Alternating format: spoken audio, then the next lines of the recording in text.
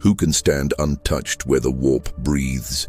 And by what forgotten covenant does such a soul remain unclaimed? That is the question etched into the margins of a prescribed chronicle, sealed beneath the dust of 10 millennia, and stamped with the sigils of 3 dead inquisitors. It is said the question first surfaced during the closing hours of the Graia campaign, whispered not by mortals but by the vox echoes of dying astropaths as reality itself screamed.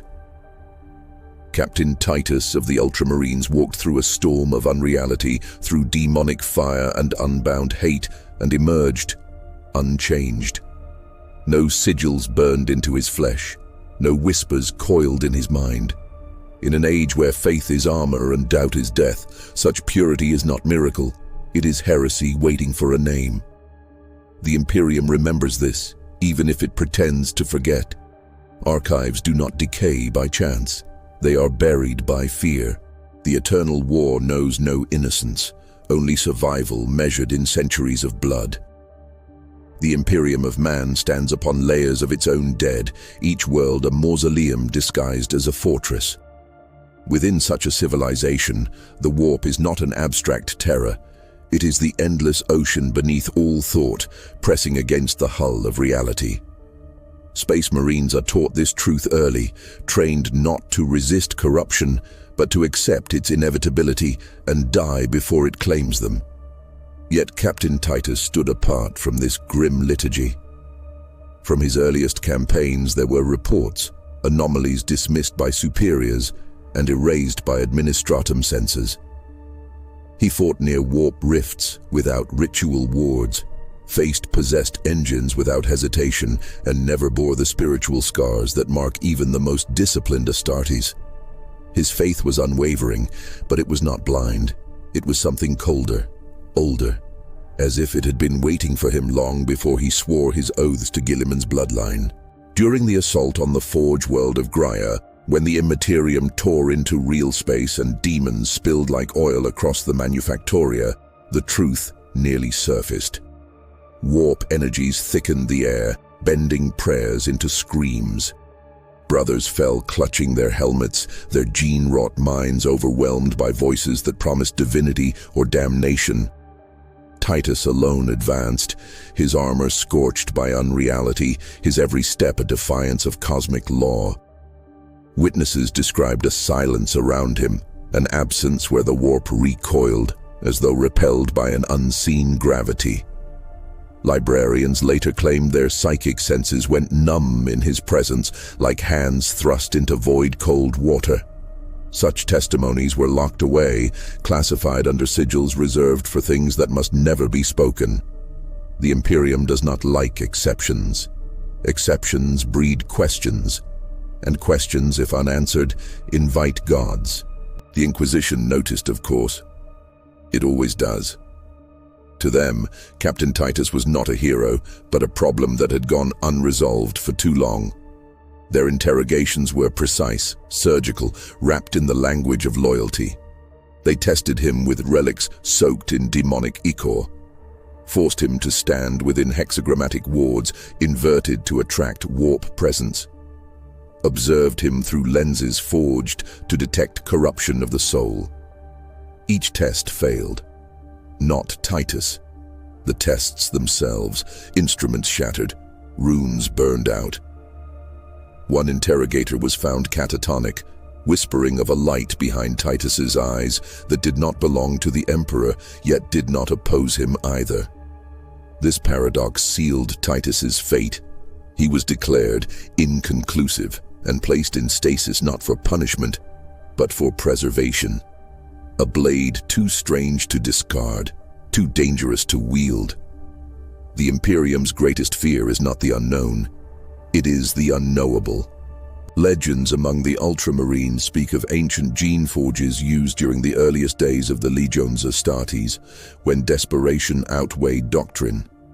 Some claim that during the Great Crusade, subtle deviations crept into the genetic lines, experimental protections against psychic annihilation.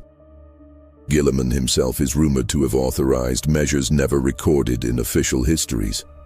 The warp was less understood then, its rules still fluid, its dangers only partially revealed. Perhaps Titus is the echo of one such forgotten measure, a living bulwark forged when the Emperor still walked among his sons. Or perhaps the truth is darker. The warp does not merely corrupt, it observes, it tests.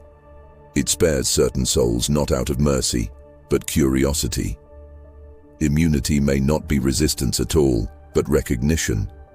As if something within Titus resonates with the Imperium on a frequency that renders him invisible to its hungers.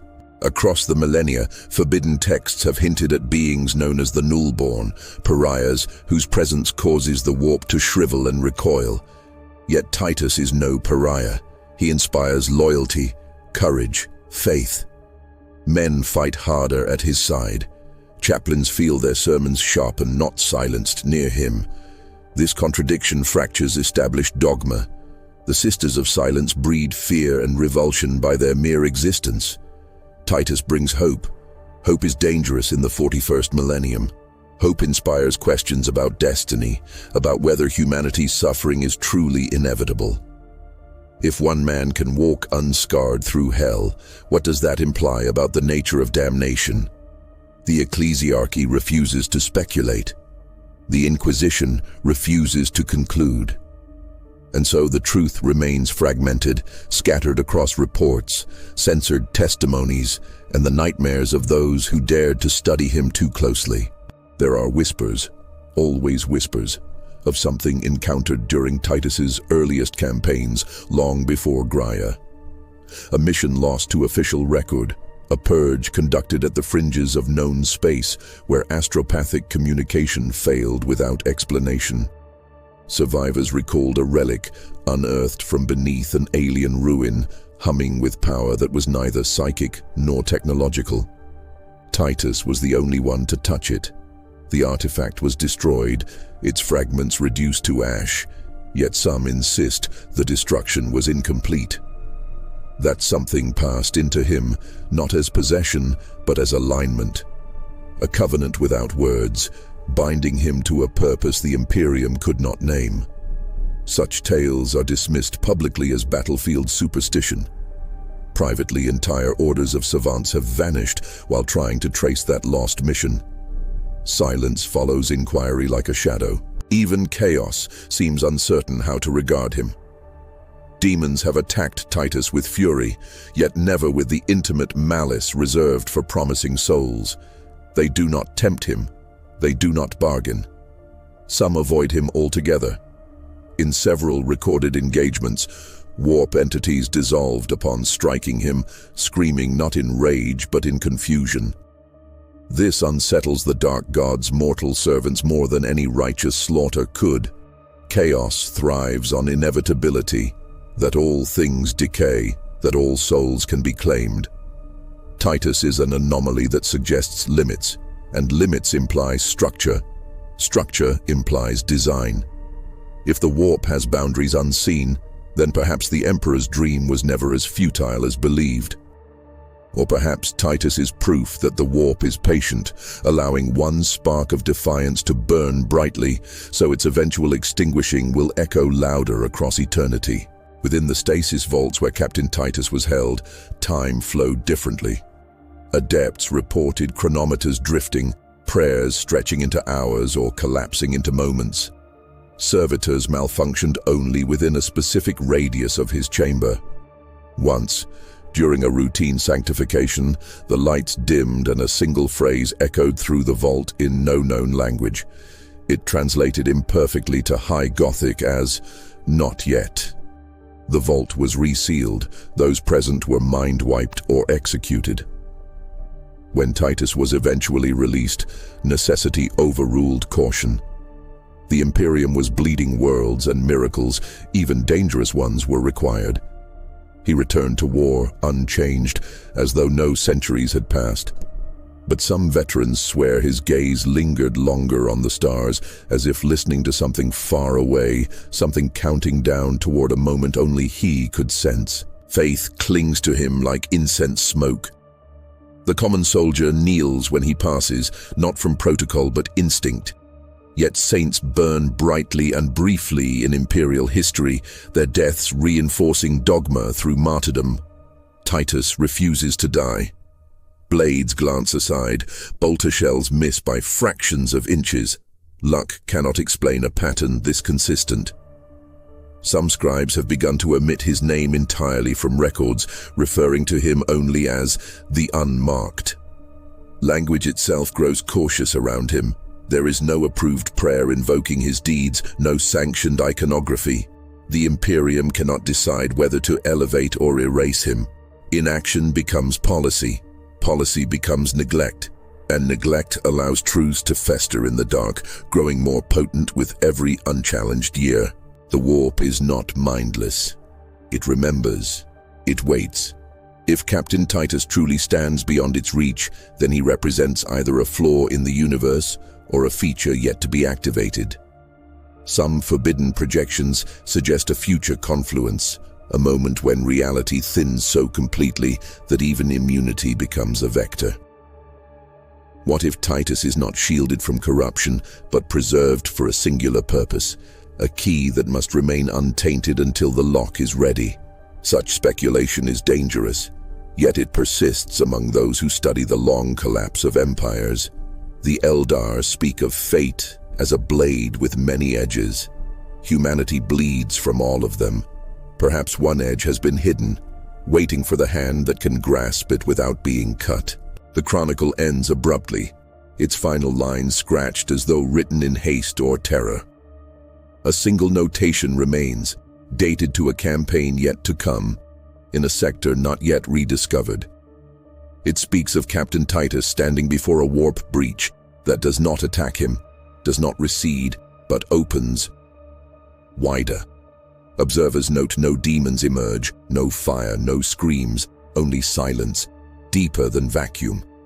Titus steps closer, not in defiance but recognition. The record terminates there, sealed by an Ordo Malleus sigil and a warning rendered in red ink. Immunity is not absence, it is invitation. And somewhere beyond time, something ancient shifts, as if a question long unanswered has finally been acknowledged. Silence followed the last line of the chronicle, but silence in the Imperium is never empty. It breathes, it listens. In the wake of that sealed warning, priests felt it first, a subtle thinning of certainty during prayer, as if the Emperor's gaze had shifted elsewhere. In cathedral fortresses carved from the bones of dead worlds, litanies faltered on familiar words. Faith did not break. It bent, creaking under a new, unspoken question.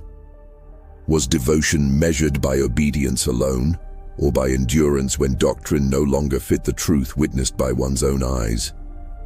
Veteran guardsmen spoke of dreams in which Captain Titus stood at the edge of light, neither haloed nor damned, simply waiting. The dreams spread like contagion, dismissed officially as stress hallucinations.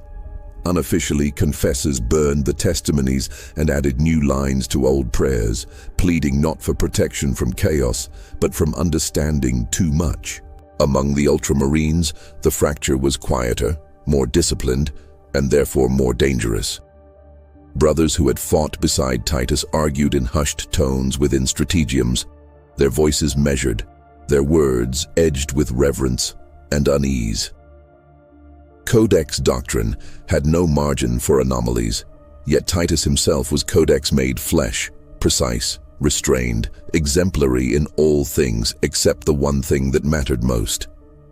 Chaplains found their catechisms turning inward, sermons drifting toward abstraction. What is purity, if not tested? What is corruption, if not defined by the accuser?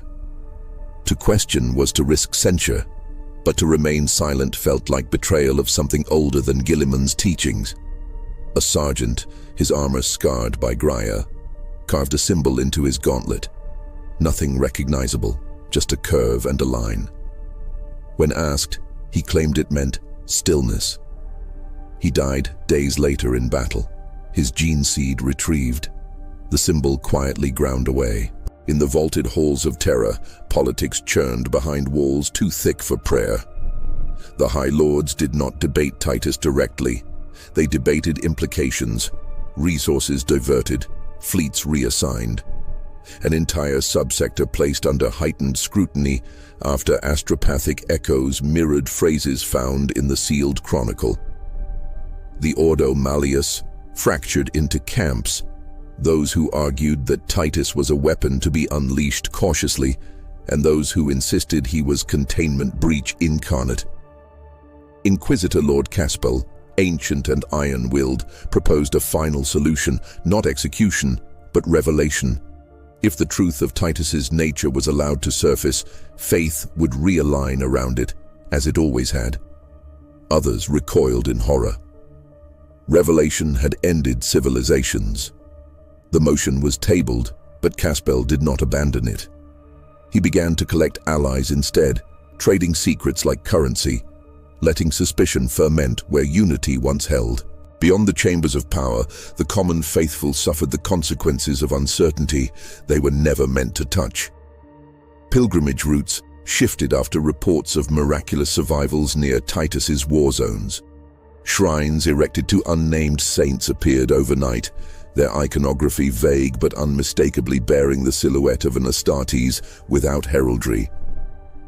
The ecclesiarchy condemned these shrines, yet demolition crews reported machine spirits refusing commands, Auspex readings failing, fires refusing to take. Word spread faster than repression could smother it. A belief began to germinate, that the Emperor's will was no longer singular, but adaptive, that perhaps he worked through exceptions as well as laws. This was not heresy in word, but it was in trajectory. Faith that evolves without permission is indistinguishable from rebellion to those who guard it. Titus himself spoke little. On the battlefield, he remained immaculate. Orders precise, movements economical, violence rendered with ritual calm. But those closest to him noticed moments of pause between engagements, seconds where he stood motionless, helm tilted toward nothing. His armor's sensors recorded anomalies during these pauses, background radiation drops, temporal micro-stutters, as if the universe was recalculating around him. Once, a young lieutenant asked what he heard in those moments. Titus answered after a long silence. "The echo of a door," he said. No clarification followed. The lieutenant later requested reassignment to a penitent crusade. His transfer was approved immediately, as though someone had been waiting for the request. The Sisters of Silence crossed his path on Varos Prime, deployed to contain a warp spill birthed by ritual mass sacrifice. Their null presence flattened the psychic landscape, suppressing even the screams of demons. Yet when Titus advanced beside them, their effects weakened, not vanished, but altered, as if his presence introduced a different equation entirely. One sister collapsed, blood streaming from her nose, clutching her helm in terror. She signed a single word before losing consciousness. Aligned. The custodes accompanying the operation took note. Their Captain General ordered the record sealed at the highest level. Custodes do not fear easily, but they remember the Emperor too well to ignore patterns that echo his unfinished works. Inquisitor Caspel moved at last. He authorized a covert conclave on a dead moon, summoning representatives from divergent factions under the guise of strategic necessity. Titus was invited under escort, though invited carried the weight of a verdict already leaning toward execution. During the gathering, evidence long suppressed was presented. Mission logs predating Graia, genetic analyses deviating subtly from ultramarine baselines, testimonies from psychers who described Titus as a fixed point in the warp. The room divided sharply. Accusations of witchcraft collided with declarations of divine mandate. Voices rose. Faith cracked audibly. And through it all, Titus listened, unreadable, as though the outcome had already passed him by in time. Then the conclave was interrupted, not by attack, but by arrival. A warp fluctuation bloomed within the chamber without breach or flare. No alarm sounded, no wards triggered. A presence manifested, formless, immense, restrained. Every psyker screamed, every servo skull dropped lifeless. The entity did not speak aloud, yet its meaning pressed into every mind present. Recognition. It did not reach for Titus. It acknowledged him, the way one acknowledges a door long sealed, finally found unlocked. Caspel fell to his knees, laughing and weeping in equal measure. "It knows you," he whispered. "By the throne it knows you." In the chaos that followed, records diverge wildly. Some claim Titus raised his blade, not in attack, but in warning, aimed not at the entity, but at the assembled servants of the Imperium. Others insist he spoke a name erased from all known lexicons, after which reality shuddered. What is certain is this: the warp presence withdrew willingly. No banishment, no resistance. As if the moment was unfinished, as if it had come only to confirm something long suspected. When the dust settled, half the conclave lay dead, their minds burned hollow by contact with forbidden certainty. The aftermath was swift and merciless. Official decrees labeled the event a chaos incursion contained at great cost. Unofficially, panic spread through the highest echelons of power. Orders conflicting with one another flooded the void. Some demanded Titus's immediate execution. Others commanded his preservation at all costs. A third, far smaller faction issued a different command entirely: observation without interference. Let the truth unfold, they argued. Let fate reveal its shape. Those who signed this order did so without seals, without names, and burned the originals. The Imperium has many shadows. The deepest ones do not answer to law. The final surviving transcript of the conclave ends with a fragment recovered from Titus's armor cogitator, a private log not intended for record. It contains no confession, no explanation, only a single sentence, time-stamped moments after the warp entity's departure. "The threshold recognizes me, but I do not yet recognize what waits on the other side." Below it, a second line appears, one no machine could have authored, etched into the data itself like a scar. "You will." The void burned brighter in those days, not with hope, but with a frantic kind of violence, as if the galaxy itself sensed a narrowing of paths. Crusade fleets collided with unseen currents, wars ignited without provocation, and ancient enemies stirred from dormancy. Beneath it all, belief strained like a tendon pulled too far. In shrine cabins aboard starships, officers knelt longer than regulations allowed, whispering prayers whose endings they no longer trusted. Some prayed to the Emperor as he was, others as he might become. The stars answered none of them. Reports of Titus spread despite every attempt at suppression, carried by rumor rather than signal, etched into the shared dread of mankind. Faith did not vanish.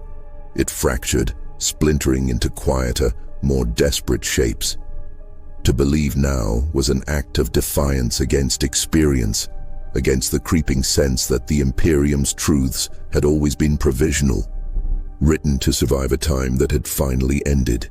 On a world being slowly consumed by its own sun, an aging confessor recorded his final sermon, knowing no one might ever hear it.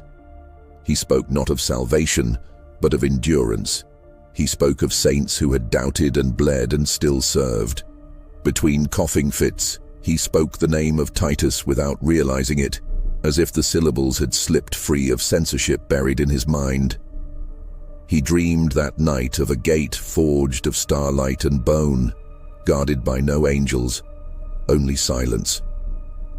When he awoke, his faith felt intact, yet hollowed, like a relic emptied of its blessing.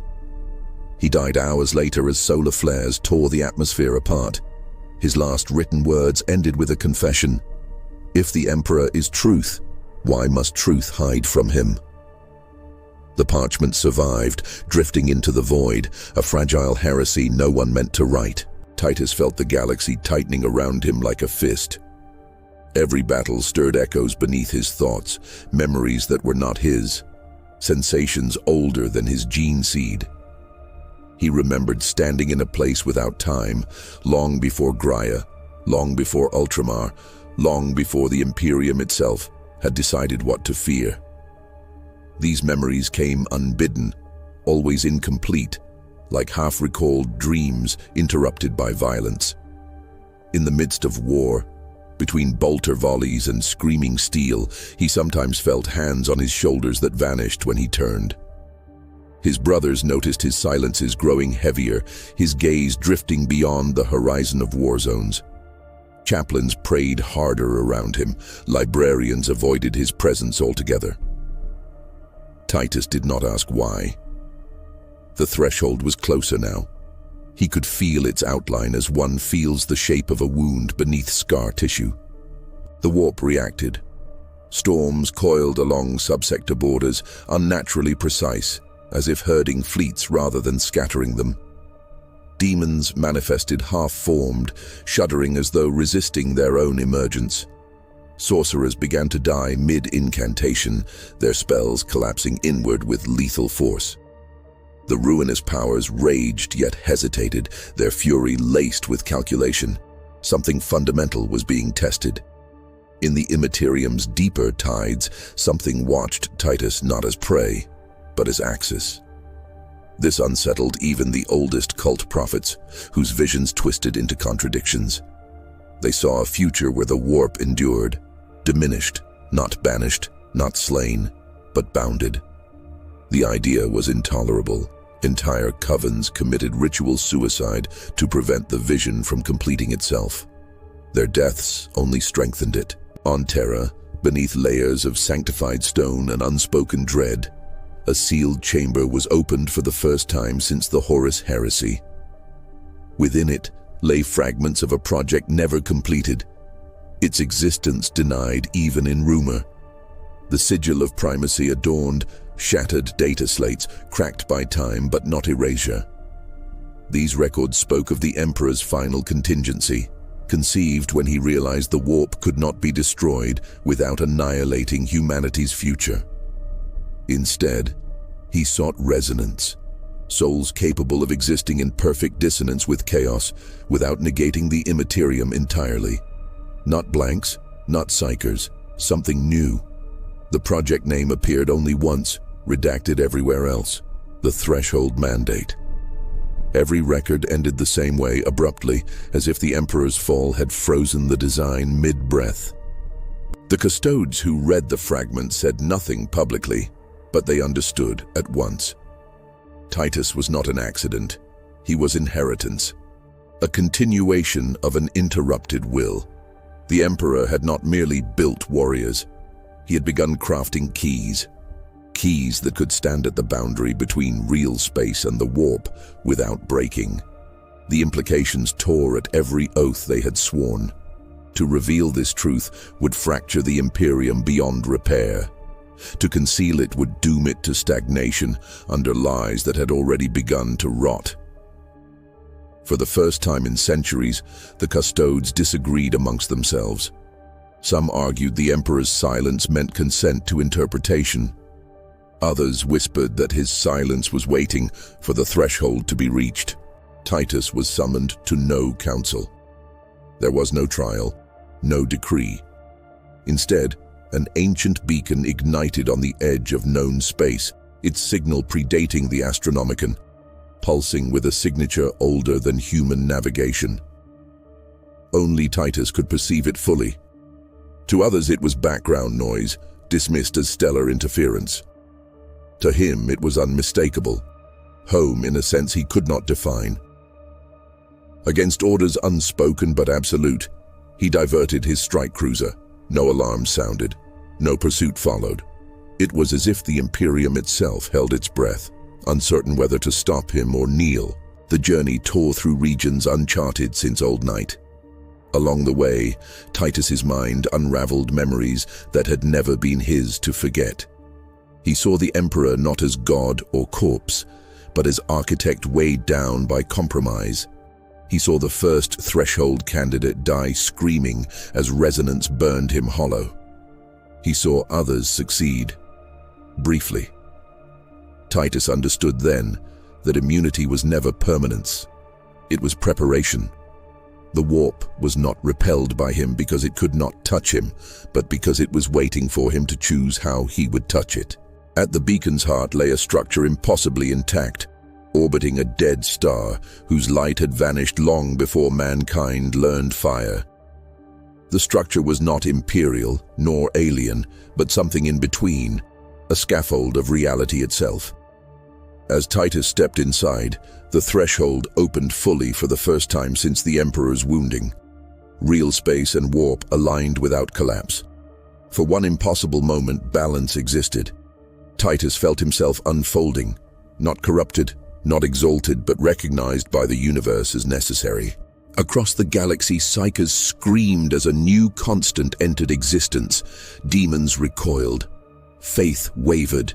The Emperor's corpse light flickered, and in the silence that followed, Titus realized the final truth etched beneath every lie of the Imperium. He was never meant to resist the warp. He was meant to redefine it. The galaxy answered the change with violence. Warfronts curdled into singularities of blood and fire as fleets drifted off course, drawn by gravitational doctrines older than the Astronomicon itself. In command thrones slick with oils and dried prayers, admirals felt their resolve fray. Orders arrived contradicted by instinct. Vox channels carried hymns cut short by sudden doubt. Somewhere between the crack of macro cannons and the hush that followed, commanders understood that loyalty was no longer a straight line. It bent now, arced around a presence never named. Soldiers marched anyway because marching was easier than thinking. Each step carried the weight of vows sworn beneath banners that suddenly felt thinner. The Emperor's name still steadied hands, but not hearts. The cost of devotion revealed itself not in desertion, but in the deeper wound of obedience without certainty, a bleeding that no medicae could staunch. Among the faithful, grief became ritual. Priests lit candles not for the dead, but for the truths they could no longer preach. Cathedra rang with sermons sharpened into weapons, denouncing unnamed heresies while quietly carving room for them in doctrine's margins.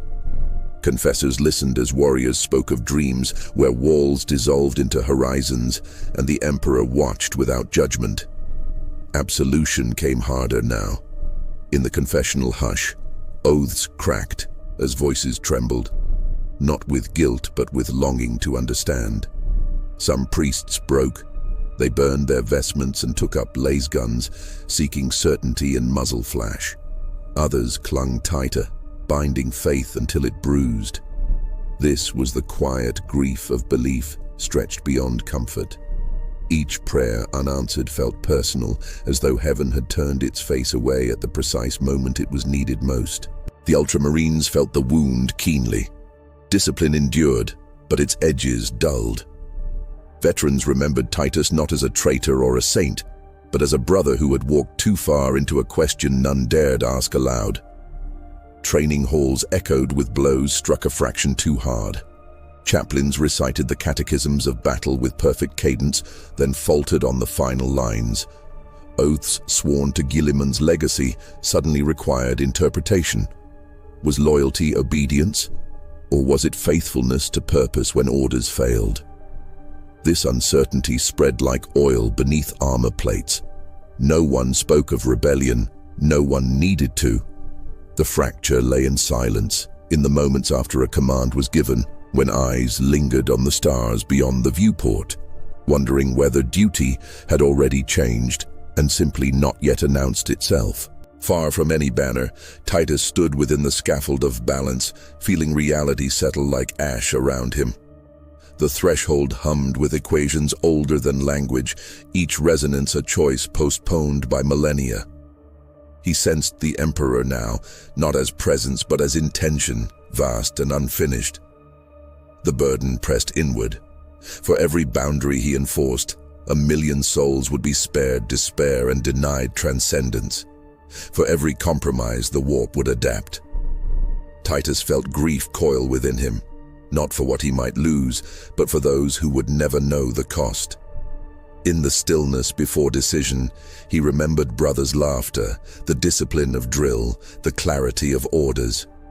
He understood then that the hardest oath to keep was not obedience to command, but fidelity to consequence. The warp surged in protest. Storms howled with purpose, not chaos, forming geometries of wrath. Demonic hosts battered against newly firm horizons, their screams clipped short by limits they could not cross. Sorcerers clawed at the air as rites fizzled into inert syllables. Entire cult worlds imploded under the psychic recoil of promises broken by reality itself. The gods raged but learned. They probed the edges, testing the seams Titus had set. Each test cost lives. Each adjustment saved worlds. Balance was never mercy. It was arithmetic. Across the galaxy, psychers learned new pains, new silences. Some burned out, others adapted. Their powers narrowed and sharpened, like blades honed to a new truth. The warp did not retreat. It reoriented, and that frightened those who believed it only ever consumed. On Terra, the High Lords convened in emergency conclave that lasted a single hour before collapsing into accusation. One by one, oaths were invoked, then reinterpreted. The custodes stood immobile, their silence louder than threat. A proposal emerged, blasphemous to some, inevitable to others, to anoint a regency not merely of flesh, but of function. To recognize the threshold as an arm of Imperial survival. Votes split, decrees countermanded one another mid-recitation. In a sealed annex, a custodian removed his helm and wept, not from fear, but from the shattering relief of understanding the Emperor's design at last, and knowing it could never be openly spoken. When the session ended, no single order left the chamber. Instead, 1,000 quiet permissions did, each authorizing preparations for a war no proclamation would name. At the edges of civilization, guardsmen felt the tremor as a tightening in the chest before combat. They charged trenches under skies that seemed closer, heavier, as if stars leaned in to watch. Shellfire alternated with impossible quiet, the kind that made teeth ache. Some soldiers swore bullets curved away from them. Others watched comrades fall where no enemy fired. The breath before the final charge stretched into eternity. Men whispered prayers they had learned as children, then added new ones, improvised and desperate. In those moments, devotion cost everything and promised nothing. Yet they ran. They always ran. The galaxy reshaped itself with each footfall, each death a data point in a calculus no one had consented to learn. Titus felt the pull of consequence drawing him outward. The threshold demanded enforcement, anchors set, borders patrolled. He fashioned lattices of rule not from force, but from acceptance, binding reality with agreement rather than domination. The labor tore at him.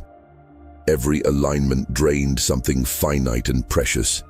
He aged in ways no apothecary could chart, time scraping at his soul. Yet with each completed arc, screams quieted across vast distances, star systems stabilized. The cost was invisible to those saved, monumental to the one paying it. Titus wondered how long a key could remain unbroken by constant turning. He found no answer, only resolve sharpened by sorrow. Belief adapted again. New cultic schisms arose, proclaiming the Emperor unfinished, the work ongoing. Others branded them apostates and burned their texts. The ecclesiarchy fractured along lines of emphasis rather than denial, arguing over metaphors while the substance slipped past decree. Loyalists fought loyalists over interpretations that differed by a word. The Imperium survived as it always had, by bleeding internally while presenting a single clenched fist to the void. The quiet grief deepened, devout men dying for phrasing, not principle.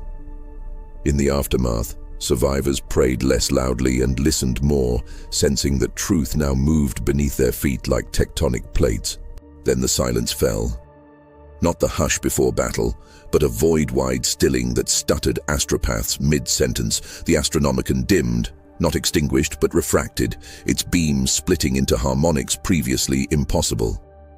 Titus felt it instantly, a counter-resonance arising from within the threshold. Someone else had learned to sing to the boundaries, not chaos, not the Emperor. Something patient, something that had waited through ages of lies. Fear, cold and precise, threaded through his resolve. For the first time, the balance trembled from without. At the scaffold's far perimeter, space folded inward like a bowstring drawn too far.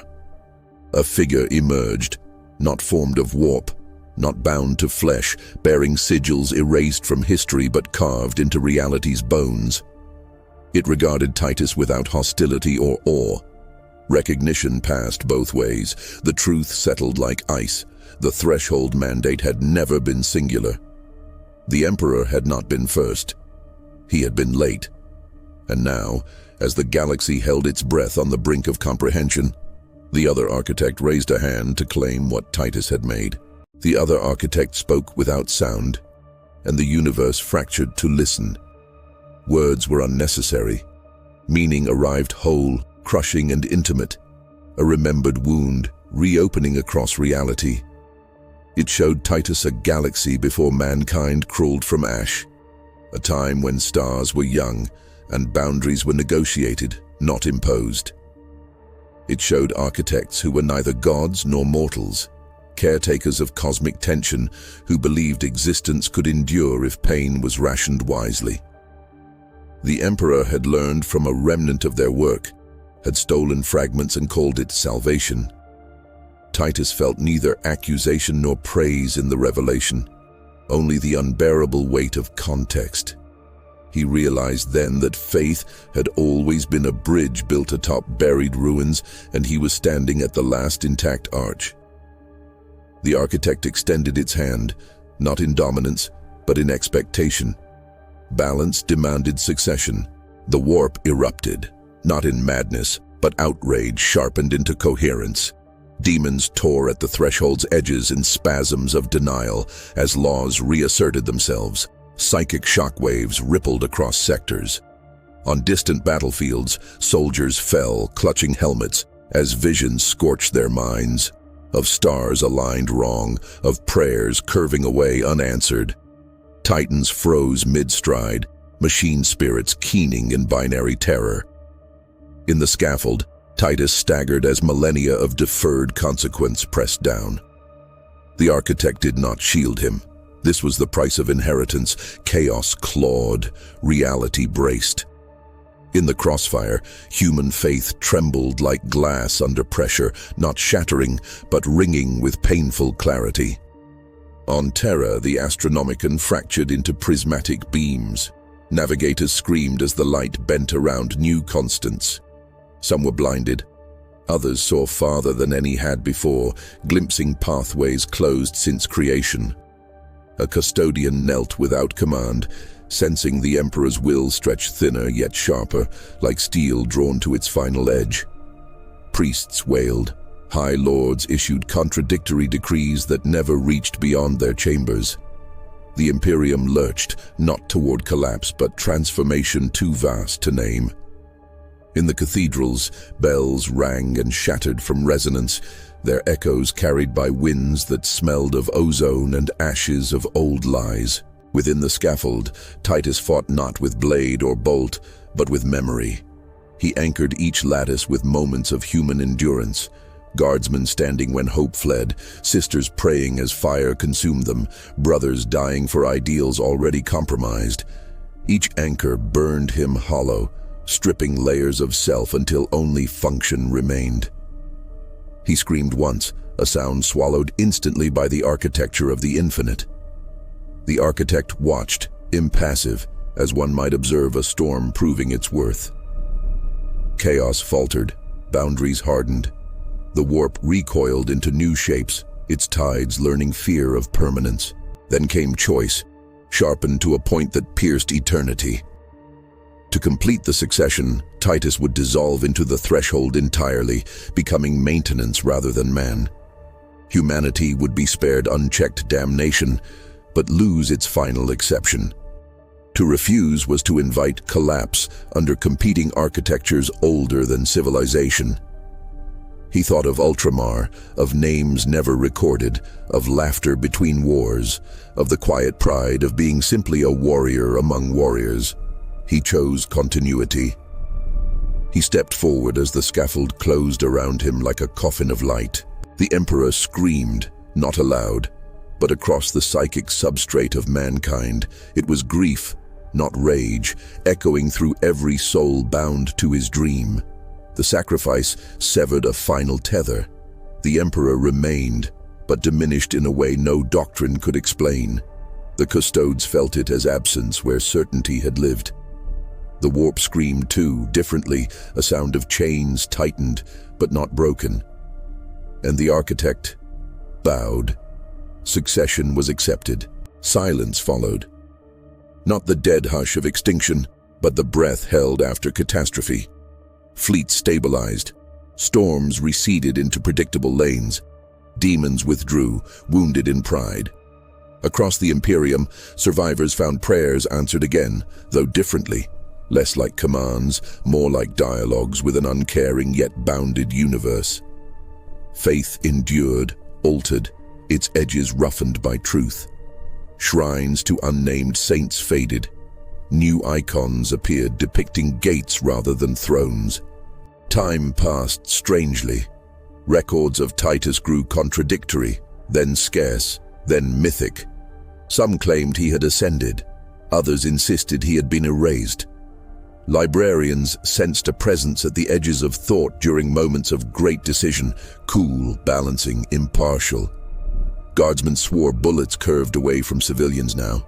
Others swore fate felt heavier, choices costing more. At the scaffold's center, something moved.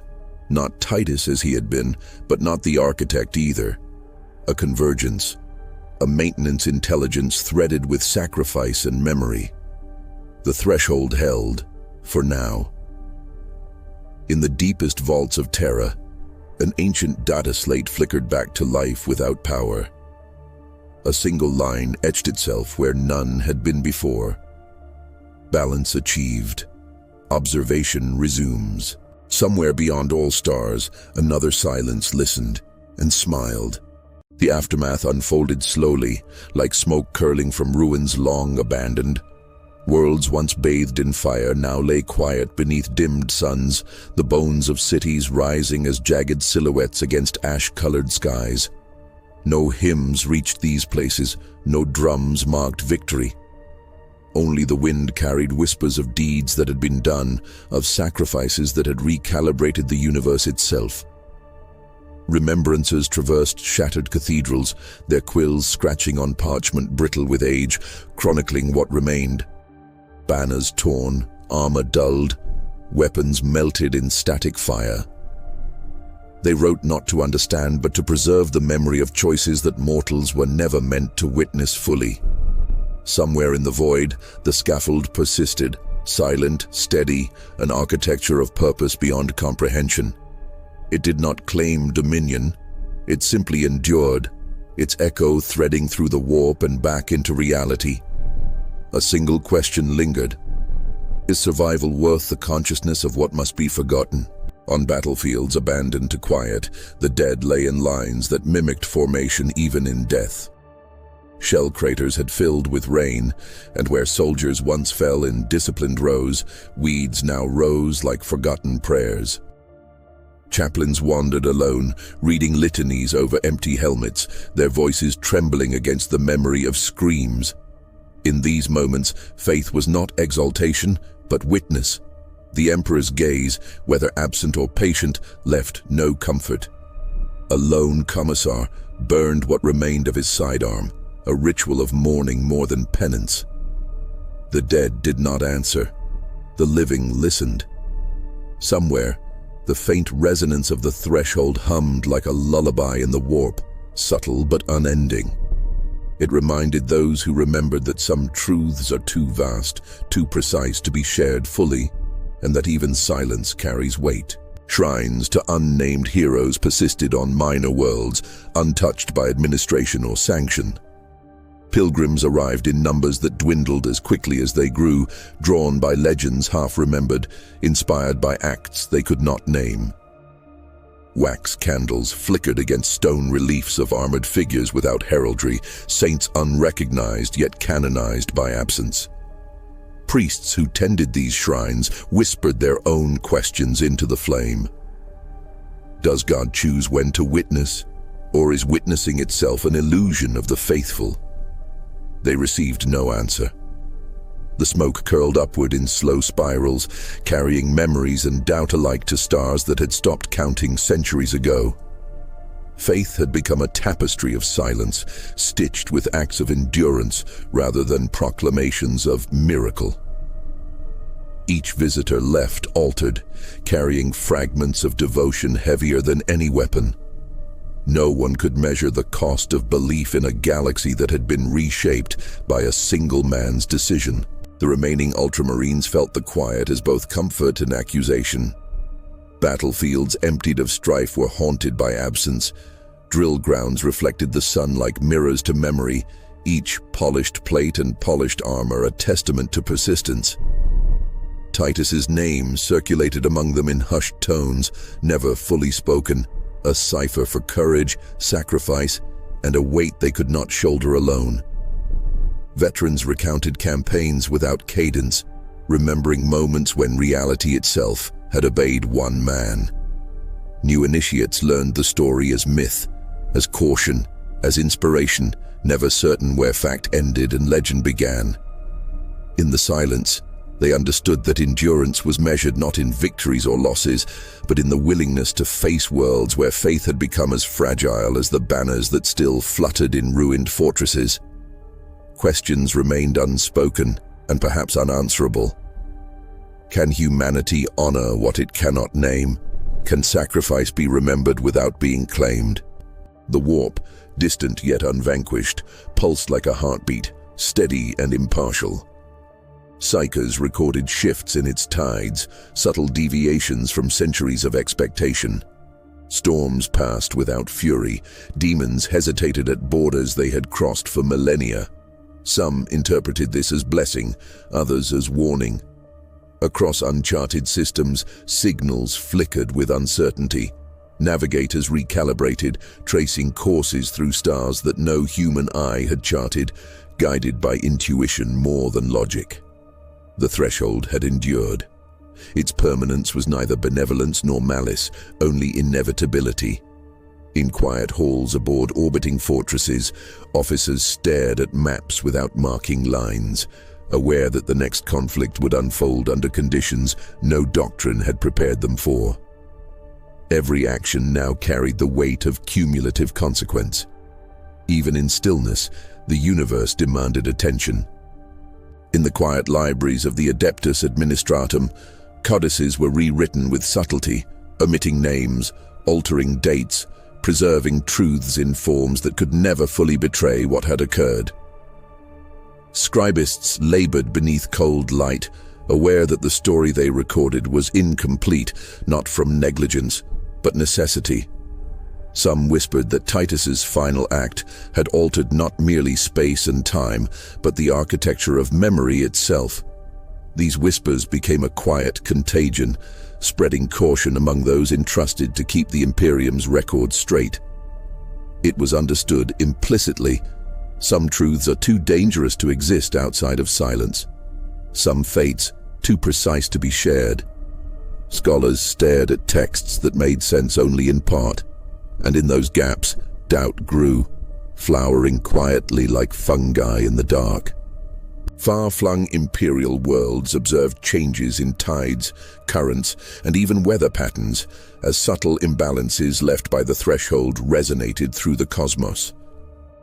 Fleet movements altered without explanation. Colonial governors noticed shifts in civilian morale, minor yet persistent. Cathedrals recorded minute fluctuations in votive candles and incense.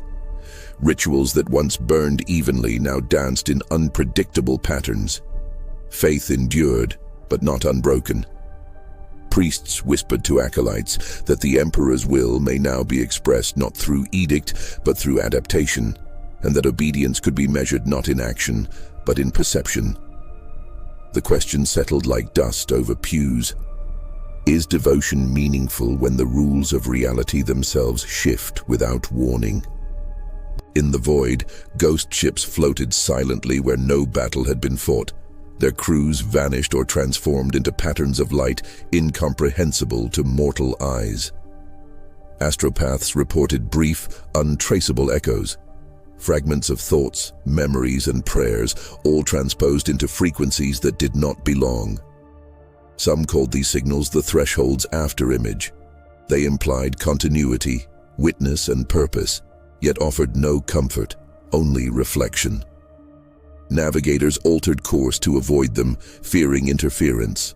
Others followed blindly, sensing that these signals contained the ghost of decisions too vast to be fully known. The echo of what Titus had done persisted, intangible, shaping trajectories without dictating them. Life endured in the Imperium, but life itself carried the resonance of sacrifice, unrelenting and eternal. The remembrances walked silent corridors, recording names and deeds long forgotten, aware that even memory could not capture the entirety of what had occurred. Inked pages grew brittle. Quills trembled in hands not strong enough to bear witness without faltering. They wrote what they could, leaving gaps where imagination was forbidden, noting subtleties of reality that had shifted imperceptibly. In some moments they felt as if Titus's presence lingered near, not watching, but accompanying their act of remembrance. What had been sacrificed would endure silently. What had been altered would ripple through centuries, shaping life and death in ways neither worship nor science could fully account for. And all the while the universe listened without judgment. At the far edges of charted space, a lone planet remained untouched by war, yet scarred by absence. Its oceans reflected suns long dimmed elsewhere, and its people spoke of heroes who had never set foot among them. Pilgrims came and left, statues were erected and abandoned. Priests who arrived to bless the land often wept at night, understanding that the cost of survival had been measured in decisions beyond mortal reckoning. Faith persisted as ritual and memory, an echo, not a command. The questions they asked, about purpose, endurance, and the unseen architecture of reality, were left unanswered, intended or not. Their hope was modest, that witnesses somewhere would remember, that someone would carry fragments forward into a galaxy that would continue to tremble quietly under the weight of unspoken truths. In ancient cathedrals across the Imperium, the bells no longer rang, but their hollowed towers carried wind in patterns resembling litanies. Light filtered through shattered stained glass, painting floors with symbols that no living eye could fully decipher. Pilgrims and warriors alike knelt on the cold stone, not to pray, but to witness silence. Time itself seemed suspended between heartbeat and eternity. Here, questions persisted like the dust motes hanging in colored shafts of light. If survival comes at the cost of comprehension, is it still victory? And if sacrifice remains invisible, does it retain its value? No answer came. Only observation. Only the slow, inexorable return of shadows across stone. The final records left behind were brief, fragmented, and impossibly lyrical. One remembrancer wrote simply, "The threshold endures. The universe has shifted, and the measure of faith is not obedience, but endurance of what cannot be understood." Ink faded almost immediately, leaving ghost marks on parchment that seemed older than the hand that wrote them. Observation continued in silence, from the void and from those left behind. Perhaps one day someone would read these pages and understand the shape of endurance, even if they never understood its origin. Perhaps the universe had merely learned to breathe differently. And so the chronicle ends as it began. a whisper through the ages. Stand witness, reader, to the echoes of what has been and what cannot be fully named. Remember, comment, share, and let the silence of the Imperium guide you to reflection. Like, subscribe, and bear witness with care, for these truths are heavier than any sword.